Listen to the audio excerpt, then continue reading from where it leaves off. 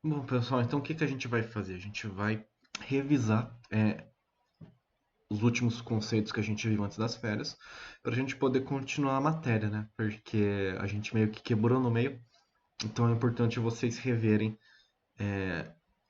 o que a gente já viu antes das férias. E eu vou fazer isso de maneira rápida aqui nesse vídeo, mas vocês podem rever os outros vídeos ou até participar da nossa monitoria de noite, né? Que eu acho que já o pessoal já avisou vocês que agora toda noite a gente vai ter monitoria, né? Então eu vou estar ao vivo de noite para responder as dúvidas de vocês, caso vocês tenham, sobre toda a matéria que a gente já conversou até aqui, tá? Então o que que a gente vai fazer agora? A gente vai revisar, falar rapidinho de calor, do que a gente já falou de calor, para a gente poder continuar, né? Que a gente ainda não falou tudo que tinha para falar sobre calor. Então, o que que é calor? Calor nada mais é do que um processo, né?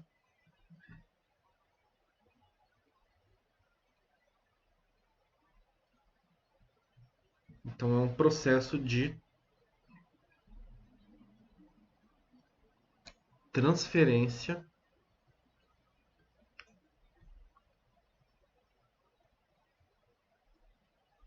de energia. Então perceba que calor não é energia, né? Calor é a transferência de energia. Mas é uma energia que ela digamos assim, microscópica, né?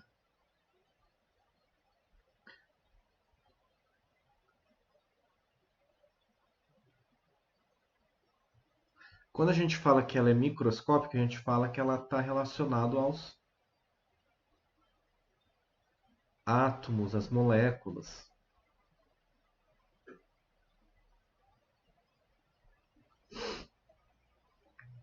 A gente chama essa energia de energia interna. Então é um processo de transferência de energia interna,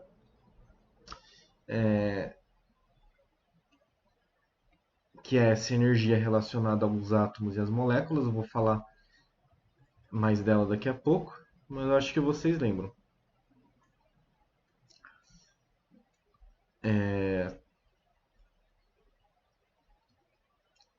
Isso daqui é importante enfatizar que ocorre espontaneamente.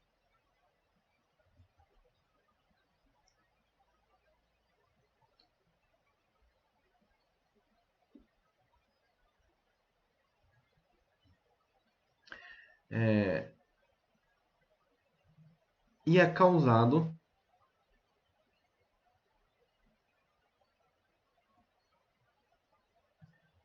pela diferença de temperatura.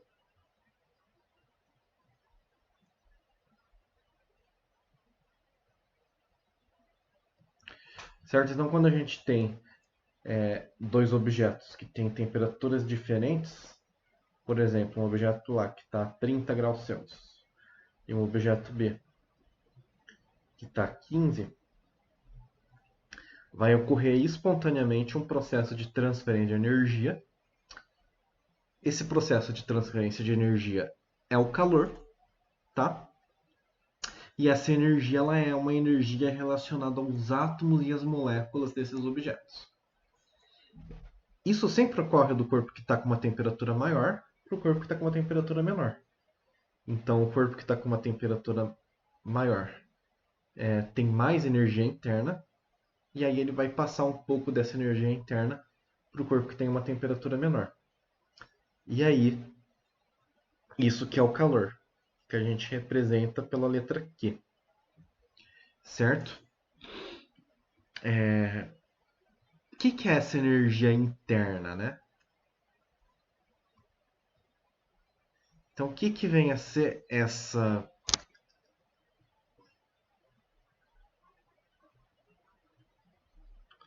energia interna?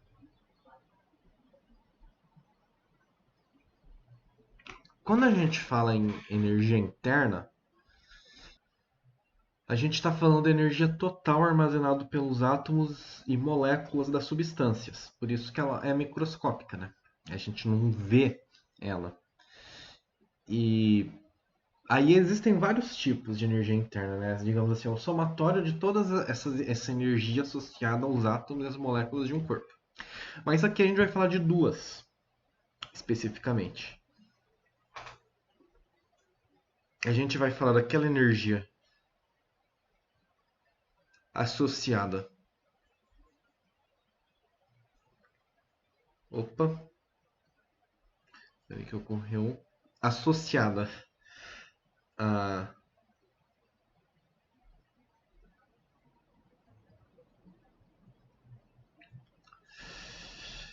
à agitação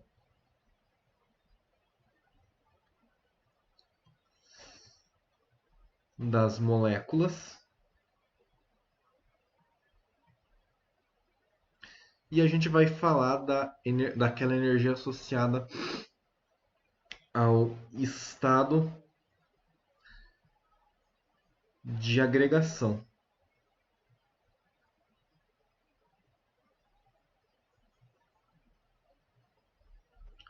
das moléculas, tá? Abreviando aqui. Então, energia associada à agitação, a gente pensa em movimento.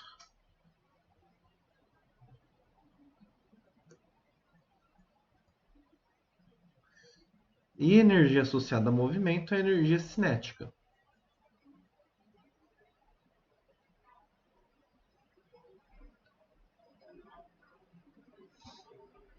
Quando a gente fala em estado de agregação, a gente está querendo falar do estado físico, né? Se está no estado sólido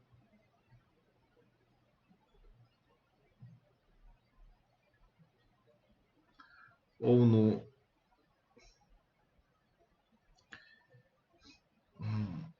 estado gasoso, né? Enfim. E aí a gente está falando da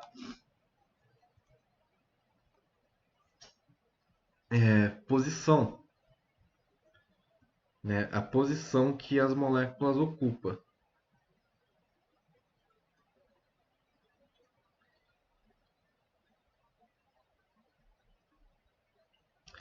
E quando a gente fala em energia associada à posição, a gente está falando de energia potencial.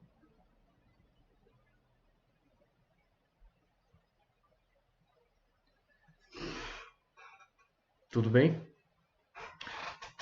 Essa energia cinética associada à agitação das moléculas, associada ao movimento, ela a gente não consegue ver, né? Ela é microscópica, mas ela tem um efeito macroscópico que é visível, né? A gente consegue inclusive medir, que é a temperatura.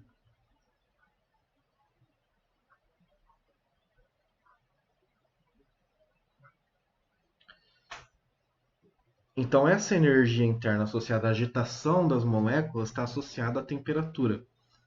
Digamos assim, o efeito sensível dela é a temperatura. Então, a temperatura nada mais é do que uma grandeza, como a gente já viu, associada à agitação das moléculas. E essa agitação é energia, né? Porque é energia cinética.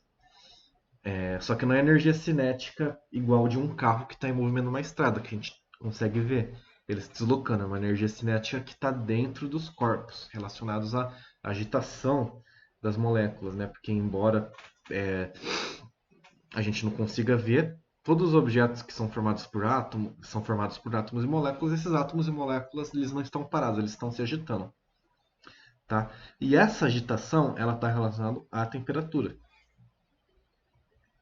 Em contrapartida, esses átomos, essas moléculas estão num determinado estado de agregação, ou seja, estão num determinado estado físico. E isso já é um outro tipo de energia que a gente associa. Opa, então essa energia aqui, essa energia interna relacionada ao estado de agregação, nada mais é do que o estado físico, né? Está associado ao estado físico, o efeito macroscópico ao estado físico. Só que a gente não consegue medir ela igual a gente consegue medir a temperatura, né? Então é mais uma coisa visível, digamos assim. Tudo bem?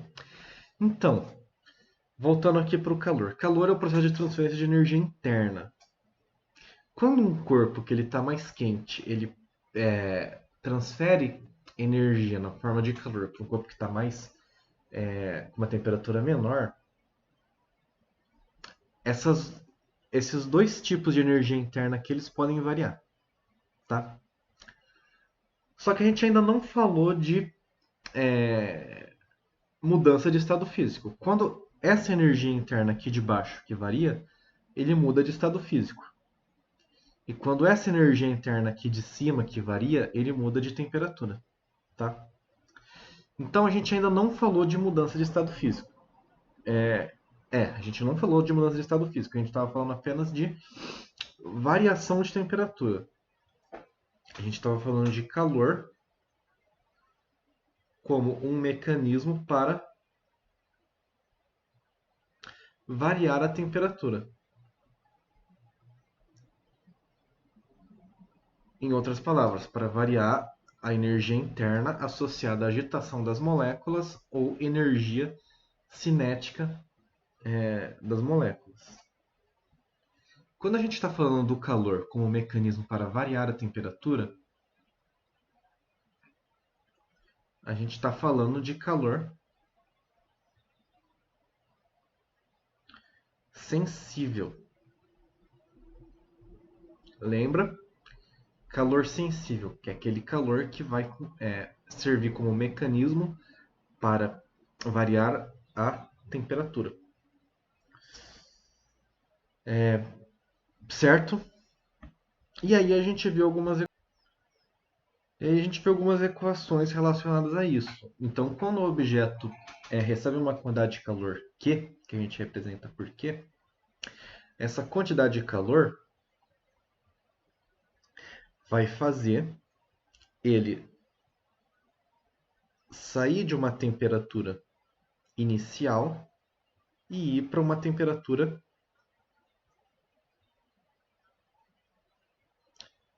final. Então ele recebeu calor e aí ele foi de uma temperatura inicial para uma temperatura final. Então o que ele sofreu? Sofreu uma variação de temperatura. Lembra que é a temperatura final menos a temperatura inicial. Então o calor causa uma variação de temperatura. Só que aí todo esse corpo ele vai ter uma propriedade que ele vai se opor a essa variação de temperatura, né? Que é o que a gente chamou de capacidade térmica. Então, capacidade térmica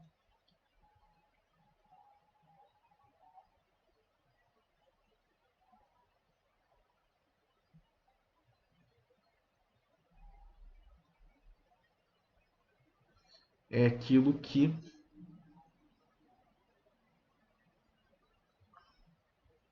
digamos, se opõe à variação de temperatura.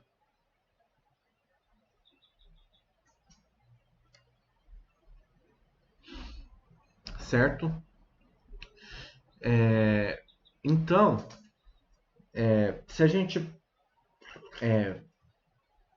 dividir, se a gente passar essa variação de temperatura para o outro lado, a gente também pode definir capacidade térmica como a quantidade de calor que ele recebe dividido pela variação de temperatura.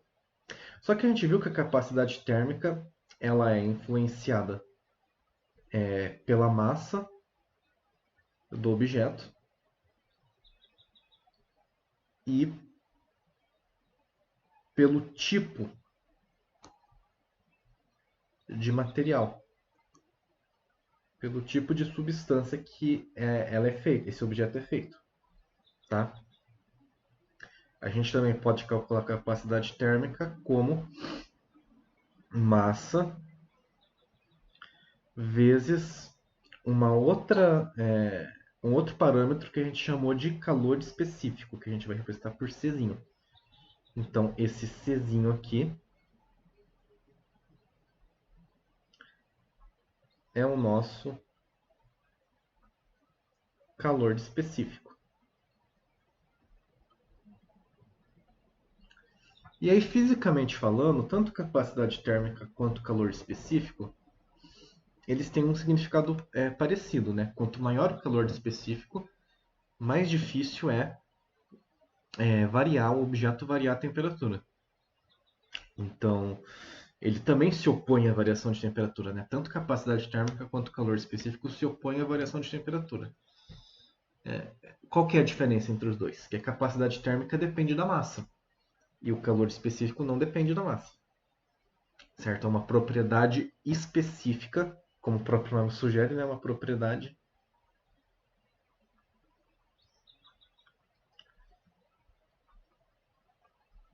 específica de cada substância.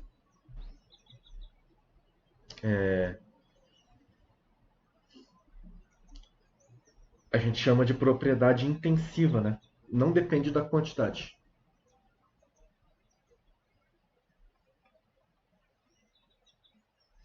Tudo bem?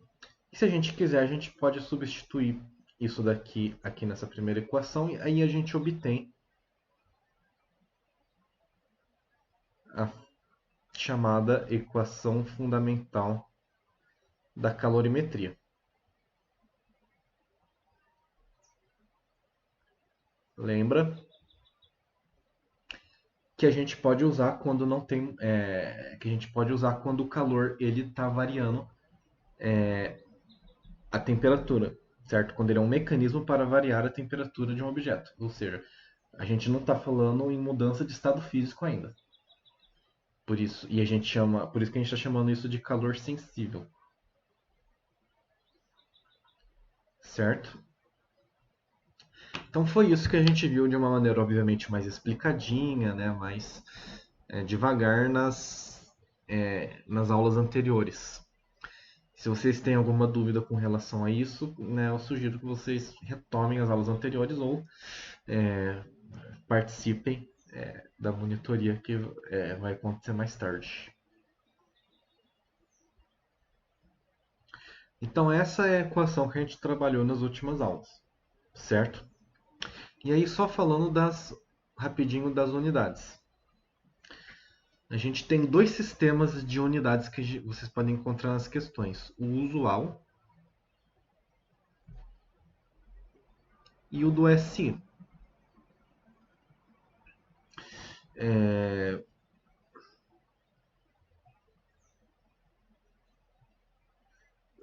o do usual ele é mais, como o próprio nome diz, ele é mais usado, né? Mas algumas questões podem estar essas unidades no SI também. No usual, a massa ela é medida em gramas. A temperatura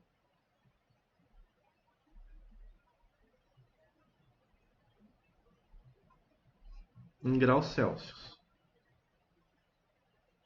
E a quantidade de calor em caloria.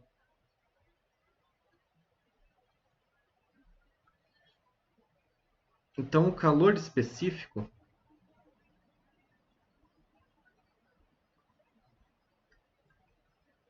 se a gente isolar o calor específico aqui, a gente vai ver que o calor específico é o calor. Caloria, lembrando que a abreviação é cal, né? Isolando o calor específico aqui nessa equação, a gente vai ver que a quantidade de calor, o calor específico é igual à quantidade de calor dividido pela massa vezes a variação de temperatura. A unidade do calor é caloria, da massa é grama e da temperatura é graus Celsius. Então, a unidade do calor específico nesse sistema aqui, o usual, é caloria dividido por grama vezes graus Celsius. Porém, algumas questões podem trabalhar também no SI. E quando estiver falando de termodinâmica, as unidades elas costumam estar no SI. Então, qual que é a unidade de massa no SI? É quilo. Qual que é a unidade de temperatura no SI? É Kelvin. Qual que é a unidade de calor no SI? Calor é transferência de energia. E energia no SI é Joule. E o calor específico, então, vai ser a unidade do calor específico, então, vai ser igual a calor, que no SI é Joule, dividido por massa, que no SI é quilo, vezes temperatura, que no SI é Kelvin. Então, Joule por quilo vezes Kelvin vai ser a unidade do calor específico quando a gente estiver trabalhando no SI. O que nos exercícios de calorimetria é raro de acontecer. Tá? Então, falando aí rapidinho das unidades que a gente costuma trabalhar. Certo? Então, essa primeira aula foi só para falar bem rápido, né? O que a gente já falou, mais ou menos. E eu vou deixar uma lista de exercícios para vocês fazerem, com 2 exercícios só, tá? Dois exercícios. Eu peço que vocês tentem fazer e caso não consigam, a gente se vê à noite, mais tarde. Mas é muito importante que vocês tentem fazer esses exercícios, tá? Para ver se vocês pegaram a matéria até aqui. Tudo bem? São exercícios fáceis, tá? Não são difíceis, tudo bem? Então, façam esses exercícios, esses 2 exercícios que eu vou deixar linkados aqui no final do vídeo. E a gente se encontra mais tarde, caso vocês tenham alguma dúvida, tá? Com relação a esses exercícios, tudo bem? Então, até a noite. Espero que à noite, né? Ou até semana que vem, se vocês não puderem participar à noite. Então, até lá.